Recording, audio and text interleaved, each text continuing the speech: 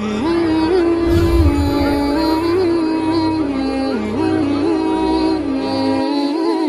hadirin dan bapak sekalian, keindahan yang ada pada seseorang manusia tidak ingin hanya indah dalam kejadian, tetapi adalah sebagai manusia dia harus ingin indah di dalam penilaian. Apabila indah di dalam kejadian, pada ujung-ujungnya akan mendapat penyesalan. Tetapi indah di dalam penilaian, pada akhirnya mendapat kepuasan. Ini adalah istilah yang tidak boleh kita mungkiri. Dua ulangi. Indah dalam kejadian, bak ujung boleh jadi merupa penyesalan. Tetapi indah di dalam penilaian, bak ujung adalah mendapat kepuasan. Contoh yang paling mudah ditemulakan. Kalaulah musim hujan yang kena tablau saboh yang remang nang bawah pantai itu. Lalu kemudian baik buka baik siapa pi dengan harga yang tinggi, dengan model yang indah, dengan potongan bodrian yang remang itu. Lalu hana buka hana dapur terus remah dah buka, ternyata dua puluh merempok masa hana nyiuman. Ini kekun indah dalam kejadian. Potrai dibit lebah huruf belawar, dilah kita belawar. Inilah pak ujung mendapat penyesalan. Tetapi yang tidak belawar yang cukup bacut aku. Keremang limang dan nambah pantai. Bacut ji cukup kurang god.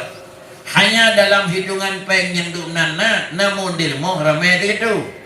Tapi sudahlah, daripada tercium bayar moh ke, biarlah terpeju WBO apa. Ternyata sesudah dibuka di dalam terus sampai rumah, ternyata lena yang ada banam puah paju. Mana indah di dalam penilaian kekun haru gopeng ada beropi nayun, itu kepuasan. Kesimpulan, kalau demikian indahi pementang ujung bisa jadi belah, tetapi indah nilai pada ujung adalah menjadi puas. Kalau demikian laqad khalaqnal insana fi ahsani taqwim, Allah mengaku indah apa? Indah di dalam kejadian, tidak mesti indah di dalam penilaian. Mengingat inilah memang manusia yang dijadikan oleh Allah Subhanahu wa taala. Bangkitlah Muhammad sallallahu alaihi wasallam sesudah Rasul dikirim oleh Tuhan sebagai utusan Allah. Dipegah di Nabi tugas lun innama bu'itsu li utammima makarimal akhlak. Lun dikirim oleh Tuhan untuk memperbaiki akhlak dan budi pekerti.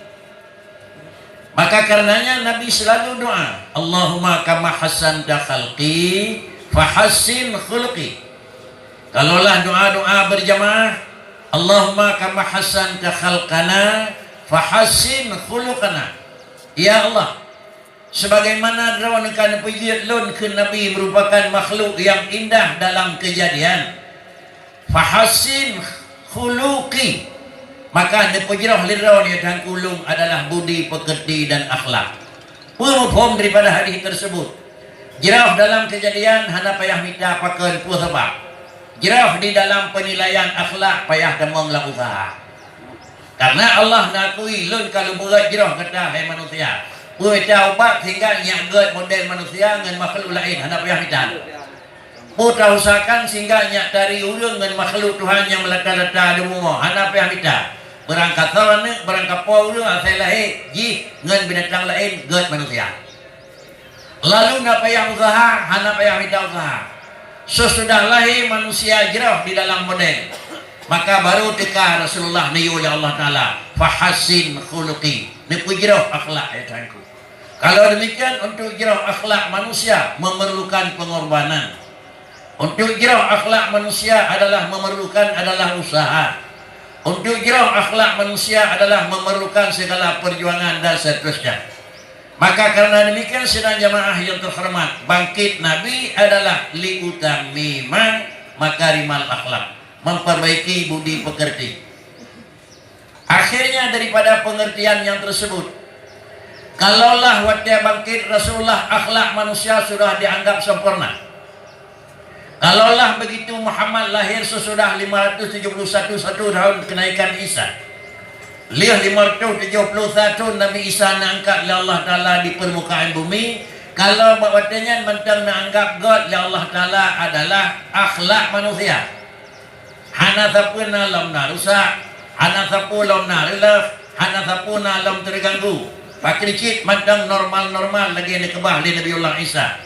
Menyo-menau anggapan genanyo yang bawa. Sungguh kata-kata Nabi liutamima makarimal akhlak. Untuk memperbaiki akhlak menandakan adalah memperbaiki barang yang telah baik. Tertanda yang bawa akhlak sudah rusak. Menyo akhlak manusia galau rusak hentikan Nabi untuk pegat. Menyormoh gelam tirih hana terus tukang ya boy. Menyormoh gelam relaf hana terus hurung ya pegat. Remah leng pegat serah terima kunci terus putuh lah ya pegat remah rawat. Istilah dalam agama kedah siluh hasil. Menandakan rumah pertama adalah telah rusak. Rumah pun ka tirih, rumah pun ka bacau. Artinya apa? Agama yang dibawa oleh Nabiullah Isa alaihi salatu wassalam sudah tidak sebagaimana murni yang semasa Nabiullah Isa alaihi salatu wassalam. Dipekerti.